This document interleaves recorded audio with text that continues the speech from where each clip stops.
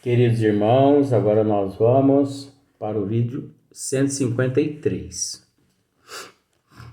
Então, no vídeo anterior nós estávamos tratando da gravidez psicológica.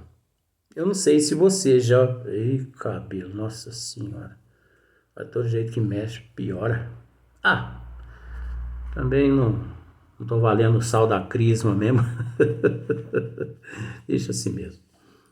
Então, não sei se você já ouviu falar em gravidez psicológica. Entendeu? Agora, gente, existem vários fatores que leva a esse fato de gravidez psicológica, você entendeu? Nossa, ó,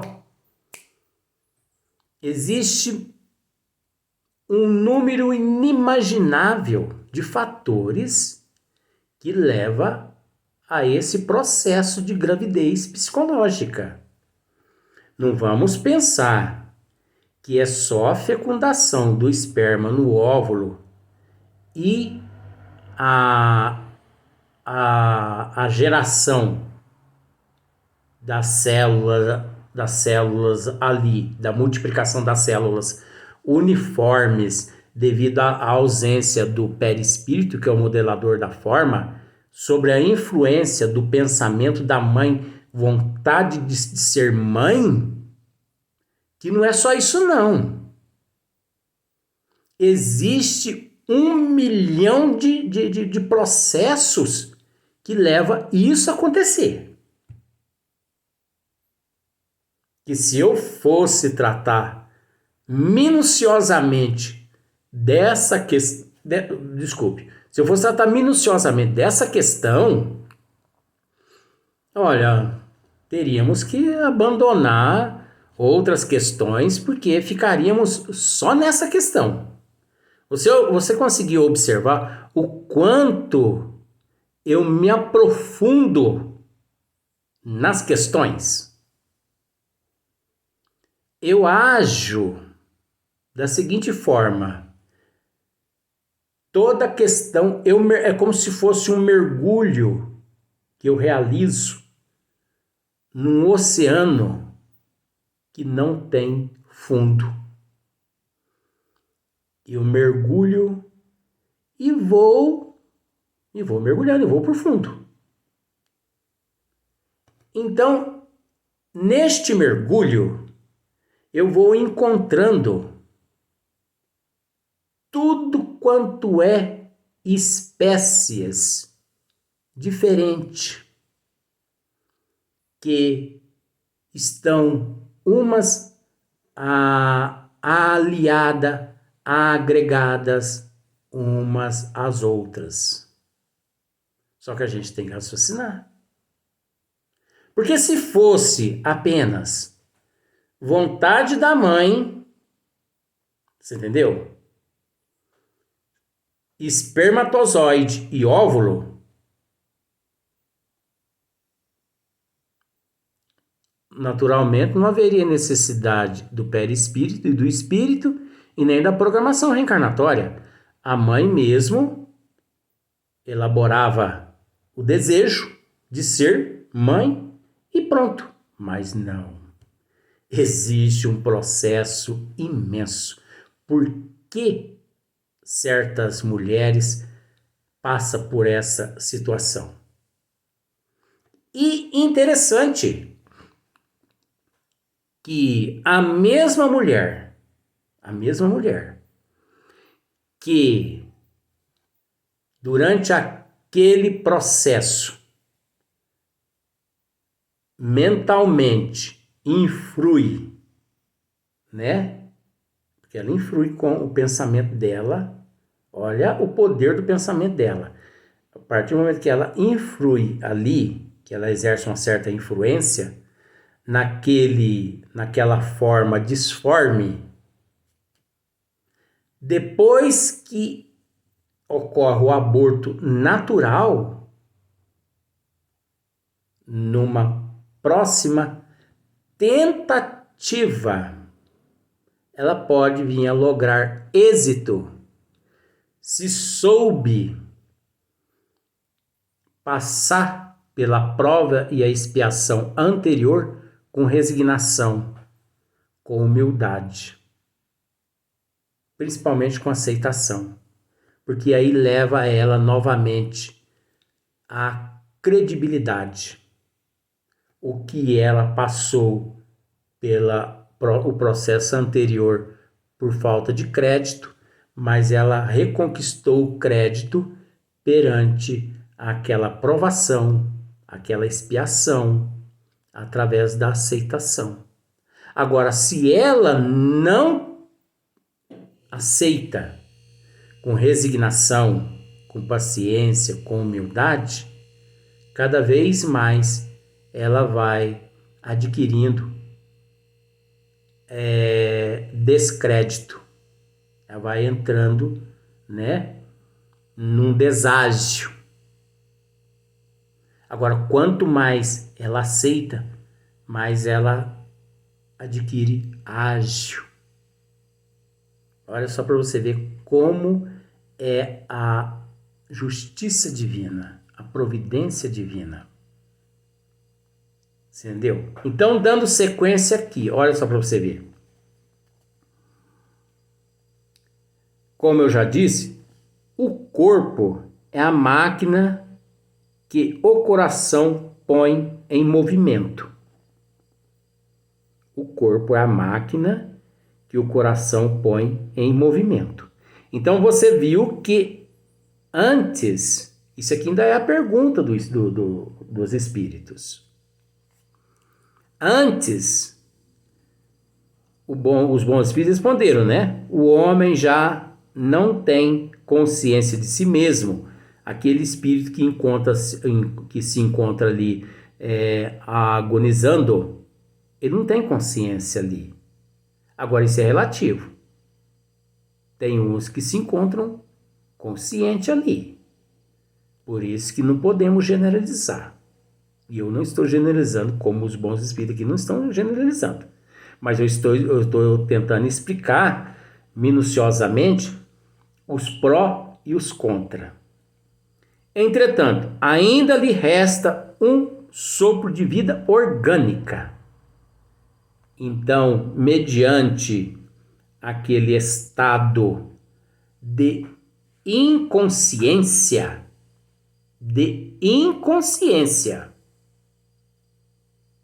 só movimenta o corpo físico dele ali, está se movimentando ali no chão, está debatendo, aquilo ali é orgânico, são movimentos orgânicos, são estímulos, você entendeu? Na verdade são estímulos orgânicos. Não sei se você vai conseguir entender. O corpo é a máquina que o coração põe em movimento, né? Então o coração, ele é o responsável, neste sentido orgânico, a fazer com que esses eflúvios orgânicos todos caminhem, né? Espalhe por todo o corpo. Existe, enquanto o coração faz circular nas veias o sangue, para o que não necessita da alma. Tá vendo só? É o que eu acabei de dizer. Vou ler de novo. Existe em movimento. Existe enquanto o coração faz circular nas veias o sangue, para o que não necessita da alma. É o caso do traumatismo craniano. Só que o traumatismo craniano, quando ocorre a morte cerebral. Você entendeu? Agora, isso é relativo, mesmo constatando a morte cerebral. Por quê? Porque ali que, vamos pensar assim, pensar, mas é a realidade. Por mais que cada caso é um caso e não podemos generalizar. Ocorre a morte cerebral e o coração continua, né, a todo vapor, batendo. E o sangue circulando. Você entendeu? Continua circulando. A pressão arterial continua do mesmo jeito. Vamos pensar assim, 12/8. A temperatura normal. Aí a pessoa fala assim, ó, mas se já houve a morte cerebral, por que que o corpo ainda está reagindo dessa forma? Por duas questões, por dois motivos, que nós não podemos generalizar e nem afirmar. Eu vou depois dizer para vocês o porquê que nós não podemos afirmar. Porque cada caso é um caso. Primeiro, porque existe os estímulos orgânicos. Existe as funções orgânicas. E não é porque ocorreu a morte cerebral que o indivíduo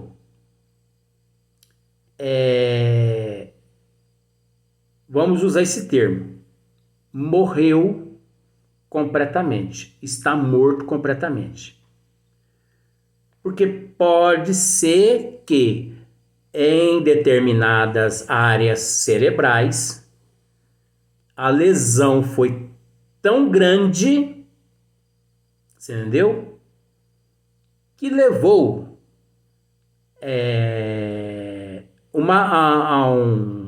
a um estado de morte cerebral. Vamos pensar assim, em 100% do tronco encefálico. 80% do tronco encefálico, ele já cessou suas funções. Mas 20% ainda não cessou. Por que que ainda não cessou? Porque existe ali o fluido vital, né? Essa matéria orgânica. E por que não também existe, voltando, existe também o sistema endócrino ainda funcionando. Então, quando ocorre a morte cerebral, não significa que o indivíduo já morreu. Por isso que os médicos sensatos, eles ainda esperam até que esvai-se todas as energias, vindo uma parada total. Agora, outra questão. O meu pai, quando sofreu um acidente, o médico chegou e me disse, não vou dizer nomes por questão de ética, e me disse, ele sofreu ele encontra-se com morte cerebral, não tem mais nada que ser feito. Mas o coração dele está batendo, temperatura normal. Olha para você ver como são as coisas. E eu cheguei, e eu vou abreviar a história, porque ela é longa. E eu cheguei E tô ali ao lado do meu pai, não tinha ninguém dentro da sala, da sala de emergência. E eu estou ali e de repente me deu vontade de falar ao pé do ouvido dele. Mas só que ao pé do ouvido dele eu falei um pouquinho alto. E eu disse assim: pai, larga de ser besta, seu tonto. Falei isso aí, meu pai mesmo. Falei, larga de ser besta, seu tonto. Pega a tua mala e pica a mula desse corpo que não te pertence mais, só. Fica aí sofrendo, não. O senhor já criou a família toda. Onde já se viu isso? Como se diz? Vai ser feliz? Não é assim também, não. Mas eu falei, vai ser feliz. No que eu estou dizendo isso a ele, entrou uma enfermeira e eu não a vi. De repente ela falou para mim assim: que é isso? Eu levei um susto, gente. E eu, acostumado com o espírito, eu levei um susto. Falei, crê em Deus, padre. Olhei para trás assim, assustado. Eu falei, que é isso o quê? Você pedindo pro teu pai morrer? Pra ele picar a mula? Que é isso? Eu falei, minha amiga, eu acredito na imortalidade da alma. Então eu sei que esse momento aqui é uma prova e expiação para o espírito do meu pai e uma prova e expiação da família, e que ele não precisa passar por essa situação, então é melhor que ele pica a mula mesmo desse corpo e vai para outro mundo. Ela falou, crê em Deus, padre, é a primeira vez que eu vejo um filho pedir para um pai morrer. Eu falei, não estou pedindo para ele morrer não, até porque a morte não existe. Aí ela pegou, parou, pôs a mão na cintura, assim como aquelas galinhas choca, sabe? O senhor poderia dizer para mim qual é a religião tua? Aí eu enchi o peito assim, sabe, com muito orgulho, ignorante. Falei, eu sou espírita, por quê? Ela falou, só podia ser, só podia ser. Olha, eu já vi de tudo nesse hospital, mas o que eu acabei de presenciar eu nunca havia assistido na minha vida. Crê em Deus, Padre. E pegou um estetoscópio e saiu da sala de emergência. Depois ela voltou e falou para mim, sabe que o senhor poderia dar licença? Uma enfermeira muito educada, sabe?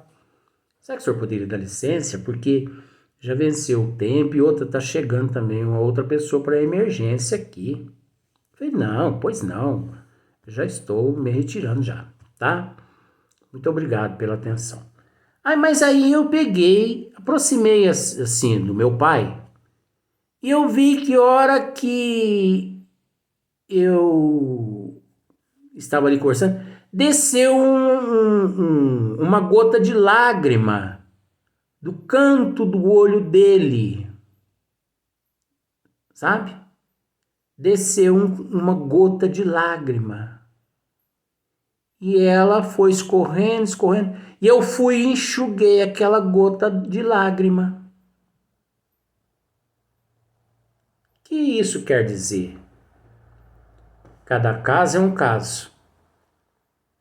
Uns presenciam, sim, esse momento.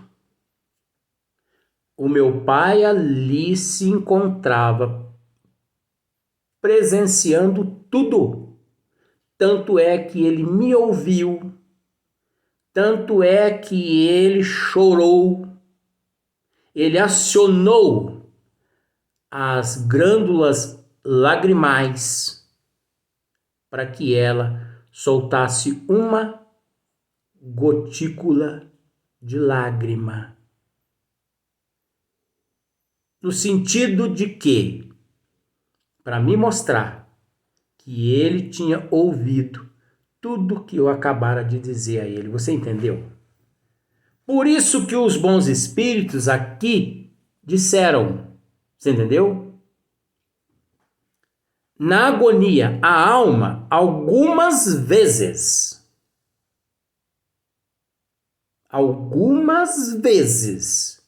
esse algumas vezes é a complexidade, é a relatividade. Deu pra você entender? Na agonia, a alma algumas vezes já tem deixado o corpo. Algumas vezes já tem deixado.